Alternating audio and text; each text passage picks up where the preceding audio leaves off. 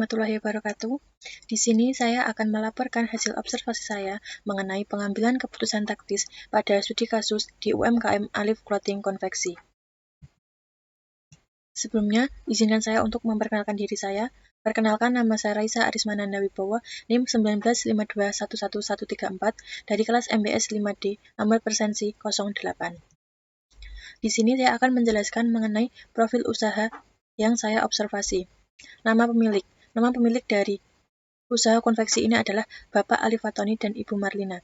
Kemudian untuk nama usaha konveksi ini sendiri adalah Lin Seven Alif Clothing Konveksi. Untuk usaha konveksi ini sudah berdiri sejak kurang lebih 3 tahun yang lalu. Kemudian untuk alamatnya sendiri berada di Desa Bakalan, RT 5, Kelurahan Girimargo, Kecamatan Miri, Kabupaten Sragen, Provinsi Jawa Tengah. Kemudian untuk operasional jam kerja konveksi ini mulai dari jam 8 pagi sampai dengan jam 5 sore. Selanjutnya, mari kita saksikan sesi wawancara saya dengan pemilik konveksi. Selama pandemi ini kira-kira ada kendala yang sangat signifikan atau tidak ya? Ada. Dulunya kan saya itu konveksi di bidang jasa seragam sekolah. Karena ini pandemi 2 tahun udah berjalan, jadi saya banting setir di daster gitu loh, Mbak. Berarti untuk saat ini setelah adanya pandemi ini difokuskan ke daster ya, produksi daster ya, Bu. Kemudian selain itu untuk kendala yang ada di dalam konveksi sendiri itu apa? Mengenai kondisi konveksinya. Oh, kurangnya ini, Mbak. Kurang mungkin semakin banyak orderan mungkin tempatnya kurang luas juga gitu.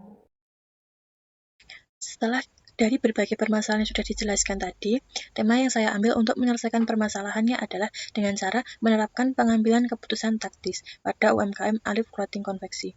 Nah, mengapa saya mengambil tema ini? Karena saya bermaksud untuk memberikan beberapa alternatif keputusan yang dapat dipertimbangkan dalam mengambil keputusan untuk waktu berikutnya.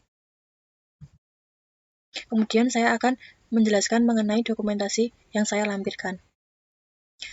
Untuk dokumentasi yang pertama adalah proses produksi.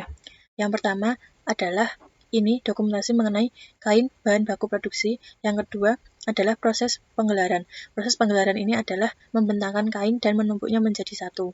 Kemudian masuk ke proses pemolaan, di mana kain yang sudah digelar tadi akan digambar sesuai dengan pola yang dipesan oleh konsumen. Kemudian setelah pemolaan, ini masuk ke proses pemotongan kain. Pola yang sudah digambar tadi dipotong sesuai dengan yang sudah ditentukan. Nah, untuk yang selanjutnya, ini adalah penjahitan dan pengobrasan. Ini bertujuan untuk menyatukan potongan-potongan kain hingga menjadi produk jadi. Nah, setelah proses penjahitan, masuk ke proses pemasangan kancing, di mana apabila produk yang diproduksi adalah berupa daster atau hem, maka perlu diberikan kancing. Kemudian, proses yang terakhir adalah proses packing dan labeling, di mana untuk proses ini adalah proses akhir dari proses pembuatan produk. Untuk packing adalah merapikan atau melipat produk daster dan hem, kemudian diberi label dan dimasukkan ke dalam plastik. Untuk selanjutnya, ini adalah dokumentasi saya bersama karyawan konveksi Line 7. Nah, cukup sekian laporan observasi yang bisa saya sampaikan. Kurang lebihnya mohon maaf. Wassalamualaikum warahmatullahi wabarakatuh. Terima kasih.